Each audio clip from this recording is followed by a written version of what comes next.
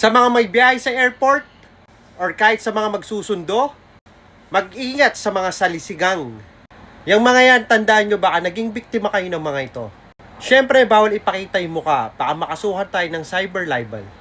Ayon sa report, nahuli sila last May 11, 2025.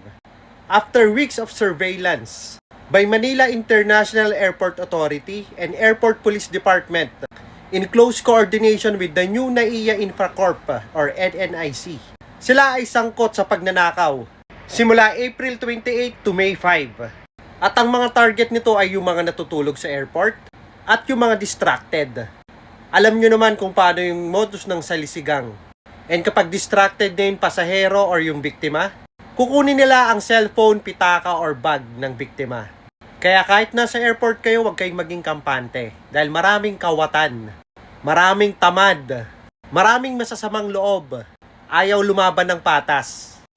Tignan nyo ang lalaki ng katawan, lalo na yung lalaki. Kaya sana mabulok kayo sa kulungan.